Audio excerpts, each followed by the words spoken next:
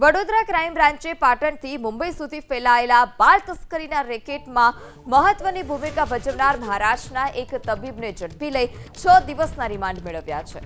બાળ તસ્કરીના રેકેટની તપાસ દરમિયાન ખુલાસો થયો કે મનોજ અને વીણાએ કોલ્હાપુરના રિક્ષા ચાલક સોહિલ મોમીન ઉર્ફે ડોક્ટર અને તૌફિક મોમીનને ઝડપી પાડ્યા છે। ત્યારબાદ આજે બાળક હતું તેને આપવાનું હતું। ત્યારબાદ તેઓ આ બાળકને ડોક્ટર સચિન દવેને આપવાના હતા, જેથી પોલીસ મહારાષ્ટ્રના થાણીના અંબરનાથ વિસ્તારમાં આવેલી બાલાજી હોસ્પિટલ અને નઝમ હોસ્પિટલમાં તબીબ તરીકે ફરજ બજાવતા સચિન દેવ મહાવીર નાગનાથ લોખંડેને ઝડપી પાડ્યો છે।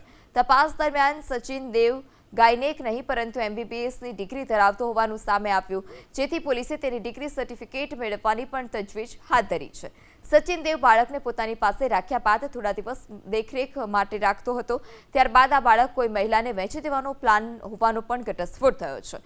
પોલીસ તપાસમાં થાણીના તબીબ એવા ડોક્ટર સચિન દેવની બાળકો વેચતી ગેંગ સાથે સાંઠગાંઠ હોવાનો પણ ખુલાસો થયો છે।